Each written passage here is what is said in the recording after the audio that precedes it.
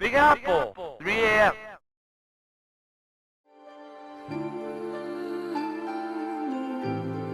Ori and the Will of the Wisps is a platform adventure game developed by Moon Studios and published by Xbox Game Studios. It released on March 11th, 2020 for Xbox One and Windows PC. Does this sequel to Ori and the Blind Forest shine as bright as the first entry, or has Ori lost its luster?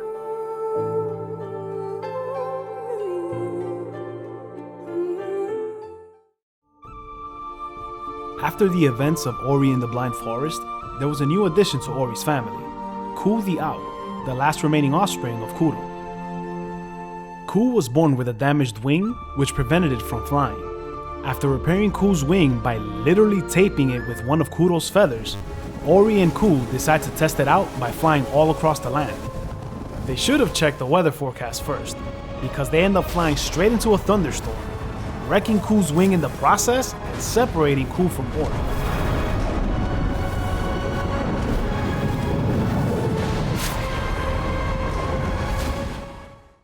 Ori must now find Ku before anything bad happens, specifically at the hands of the hateful and menacing Shriek. In similar fashion to Ori and the Blind Forest, Will of the Wisps' story is chock full of feels that is unusual to find in a Metroidvania game such as this, where oftentimes the story is seen as an afterthought. The combat in Will of the Wisps has been completely revamped from its predecessor. You quickly gain the Spirit Edge ability, which allows you to attack with a blade made of light. On top of that, you also gain multiple abilities to attack with to suit your playstyle, whether that is quick and nimble with the Spirit Edge, more destructive with the Spirit Smash, or shoot arrows with the Spirit Arc for those who like to play keep away. It should be noted that shooting out arrows does take energy cells, so you have to keep an eye on that as opposed to the close range abilities. You can equip 3 abilities at a time, and you can swap them out on the fly, allowing you to vary your approach of attack. Interestingly enough, the combat reminded me a lot of Hollow Knight, which is not necessarily a bad thing. Not only does your Spirit Edge feel like Hollow Knight's trusty blade, you also have upgrades that you equip, similar to the charms found in Hollow Knight. You have a large list of upgrades to choose from, but only a small amount of slots available. These upgrades range from more passive enhancements, such as an increase to your max health, to more active ones such as a triple jump or sticky, which allows you to climb walls. Some upgrades allow you to level them up to boost their effect by using the orbs dropped by enemies at the shop. You can also buy more abilities as well to round out your arsenal.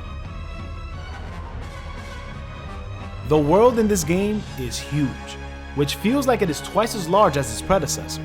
Not only is it larger, there's also more to keep you busy this time around. You come across many NPCs during your journey that will have side quests waiting for you. On top of that, there are spirit trials that will test your speed and coordination as you race a ghost version of yourself to the finish line. These spirit trials were a great addition that I did not know I wanted, but now can't imagine the game without it. The main story took me about 10 hours to finish, and I managed to complete about 87% of the game, so completionists could look to squeeze about a dozen hours to do everything there is to offer. As beautifully stunning as the Blind Forest was, Will of the Wisps somehow manages to outshine and outmatch its predecessor. The art style is gorgeous and sublime, with colors popping out of the screen demanding your attention. Ori's bluish-white glow holds your gaze, keeping you focused on yourself instead of the rich background, which is crucial during the fast-moving escape segments that will keep you on your toes. Unfortunately, all of that good does come with some bad. I encountered my fair share of technical issues such as hiccups and stutters, slight drops in the frame rate, and audio glitches. The drops in performance were for the most part rare, and luckily, never in a tight situation that could have led to my death. The audio glitches, however, were a lot more frequent. Crackling and stuttering were common occurrences during cutscenes, and a few times I experienced loud, sharp tones even during gameplay.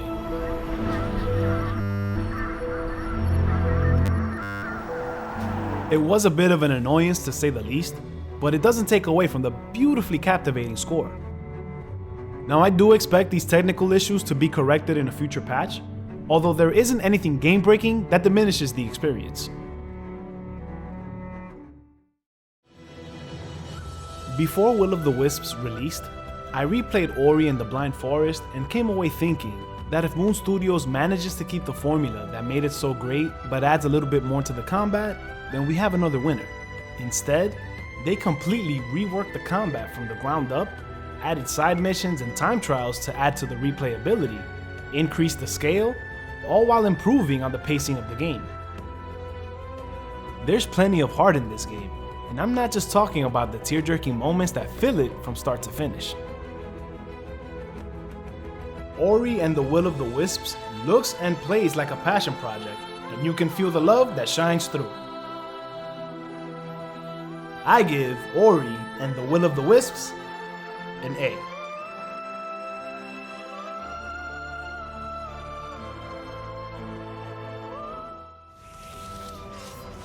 From all of us here at Rotten Apple Gaming, thanks for watching.